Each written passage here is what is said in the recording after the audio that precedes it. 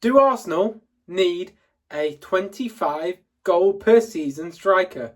That is a question that many pundits and people online alike have suggested through the course of the summer transfer window. They have claimed that the missing piece for the Gunners in their title charge last season was a top striker.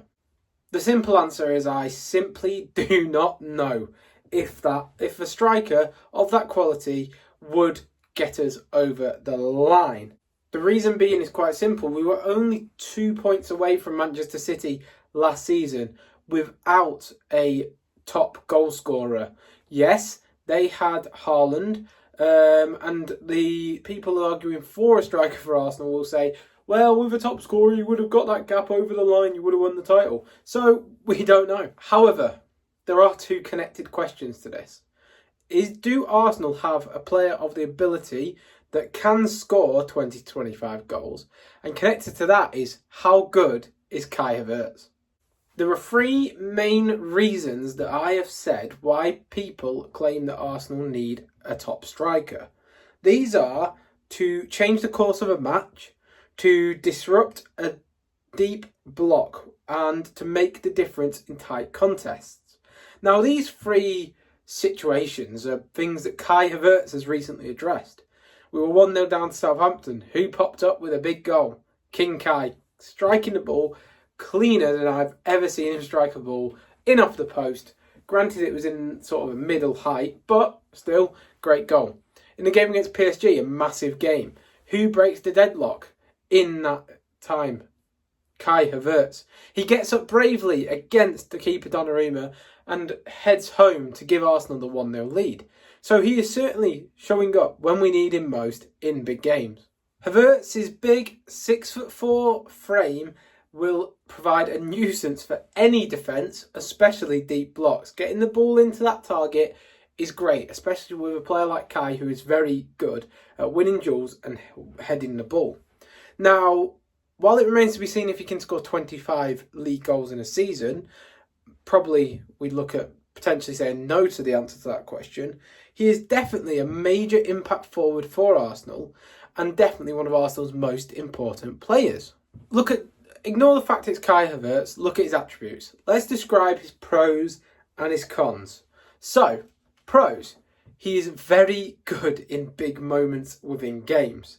His relationship with Trossard in the Arsenal team solves a lot of issues. That pairing there, where they rotate to the left eight and also striker between them, and their ball striking, works as like a big man, little man partnership. Equally, it does help close that gap on that left side of what we are missing out from Martin Ødegaard's injury. Now, he's a very good header of the ball. As stated, he's tall. He's also a very good finisher, it's been found in recent times. As well as that, he obviously wins his duels, presses like a monster, and he's got great space awareness. Havertz finds little pockets around the box, whether that's on the right-hand side, the left-hand side, in the box itself, where to be in the half space. And that is a really good characteristic for your number 9. Obviously, again, wins duels. He's tireless. In fact, he really chases the ball well. He has a short back lift. He's quick, deceptively.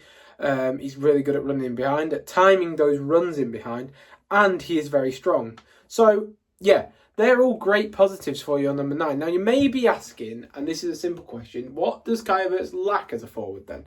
Because by no means is he a perfect player. He's a massive confidence player, as seen by the time he was at Chelsea to when he's come to Arsenal. His game's really up to level since he's gained that confidence. And as Arteta said, he is a player who needs a lot of love around him. So he's not going to take the game when the chips are down in terms of Arsenal as a whole. If we're out of form, he's not necessarily going to be able to pick us up. His other cons, in my opinion, are he's not a poacher in regards to, yes, he knows where to be spatially, but he doesn't know necessarily where to be for the rebound. So he could elevate his game by learning how to get on the end of deflected shots. However, I feel that that's less of a taught ability and more of a natural ability. So does Kai Havertz have that in his locker? Probably not at this point, and he may never develop that as an attribute. But my other negative for him is his ball control within open spaces. Not when he's on the run. When he's on the run in behind or whatever, he's quite good at controlling the ball instinctively. But when he has time to think about it, when he's in an open half space, there's many a time where he's a bit lax on the ball. His touch isn't necessarily there.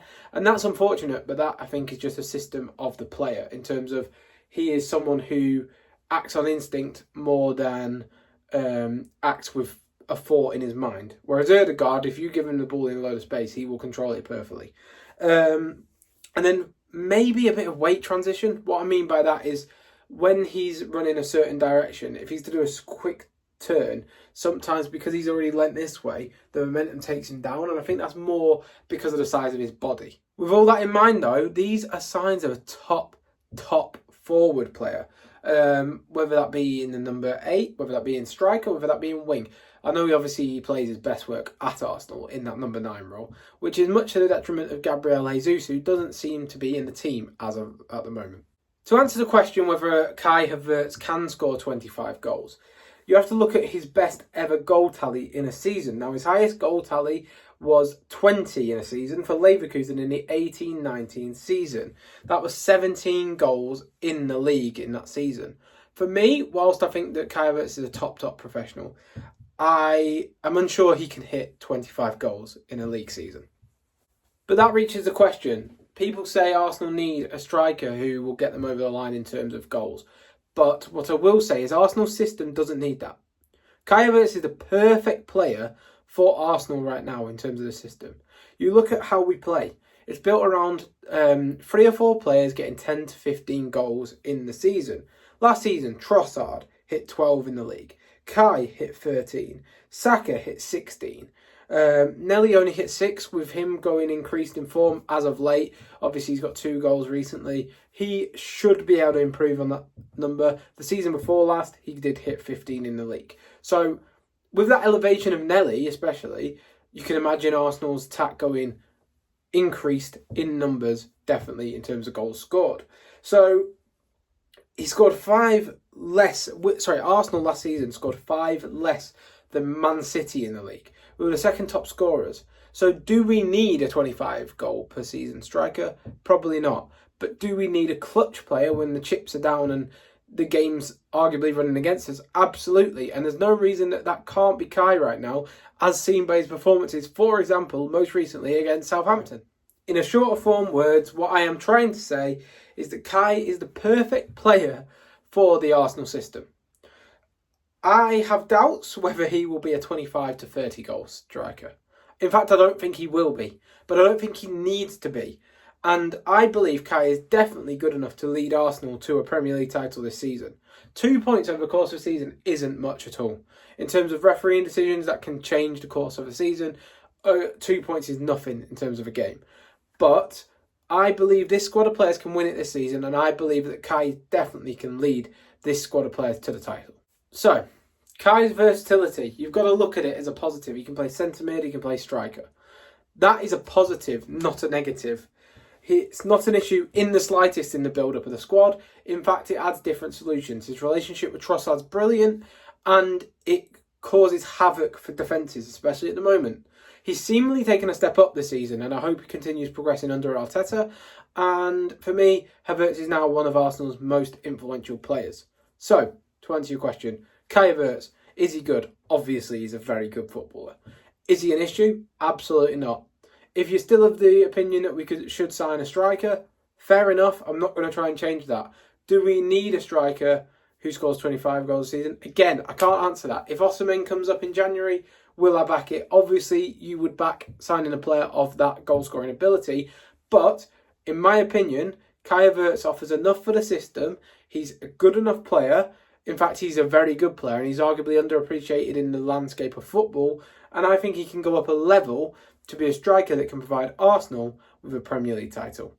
I hope you agree. If you don't agree even, put your thoughts in the comments below. I'm always glad to interact. Obviously, recently we had the Ben White video. That did really, really well. So thank you for all the support, and thank you for all the new subscribers. We have 25 of you that have joined this channel and joined this community.